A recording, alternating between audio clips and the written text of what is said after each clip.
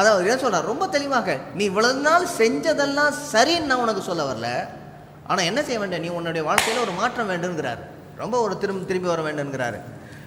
நீங்கள் அறியாமல் இருக்கிற ஆராதிக்கிற அவரையே நான் உங்களுக்கு அறிவிக்கிறேன் என்று சொல்லும்போது ஒரு பாயிண்ட் ஆஃப் கான்டாக்ட் எடுக்கிறாரு. ஆனால் எடுத்துகிட்டு எங்கே கொண்டு போகிறாரு, இது இல்லையா இந்த மாதிரி வேறு வழி அப்படின்னு காட்டுறாரு.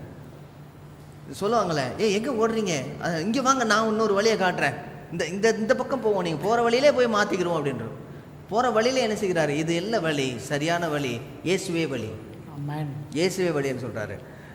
முற்றிலுமாக மாறானது. நீங்கள் இது வரைக்கும் நம்ம பார்க்கக்கூடிய பகுதிகளில் பார்த்தீங்க என்றால், கர்த்தராகிய இயேசு கிறிஸ்துவின் மூலமாக அறிவிக்கப்பட்டிருக்கிற சுவிசேஷத்தை பார்த்தோம் என்றால் அத்தனை பட்டணத்தர் தலையை பிச்சுட்டு ஓட வேண்டியதாக இருக்குது. கடைசியில் அவங்க அவருடைய ரெஸ்பான்ஸை நீங்கள் பார்த்தீங்கன்னா ரொம்ப தெளிவாக இருக்கும். வெட்டு ஒன்று துண்டு ஒன்றுண்டா கடைசியில் முடிச்சிடுறாரு. சிலர் ஏற்றுக்கொள்கிறார்கள், சிலர் ஏற்றுக்கொள்ளவில்லை, சிலர் நாளைக்கு வாங்குகிறாங்க. இப்படி ஒரு ஒரு ஒரு தீர்மானத்துக்குள்ளாக அழைக்கிறார்.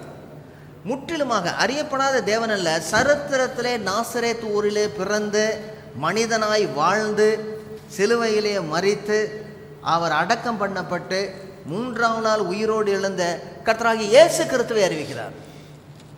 ஏன்னா இதுக்கு முன்பதாக அவர் செய்து கொண்டே வருகிறார்.